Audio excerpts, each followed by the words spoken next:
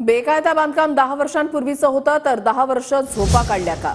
शरद पवारांचं मुख्यमंत्री शिंदेंच्या no closure only bulldozer या वक्तव्याला उत्तर आहे.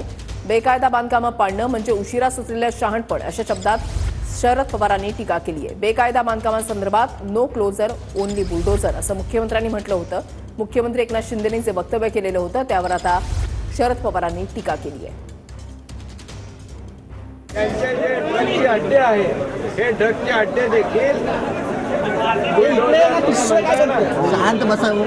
बुलडोझर यांनी उकळून टाकणार, बिलकुल उद्ध्वस्त करणार.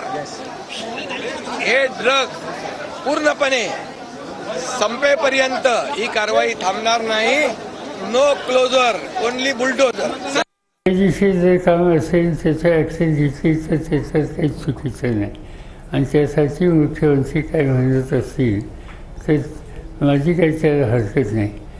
पण ते जे फाराफारी करतात ते बेकायदेशीर म्हणून करतात. पण 10 वर्षापूर्वी ते बांधलं गेलं ते 10 वर्ष काही धोका काढला होता का?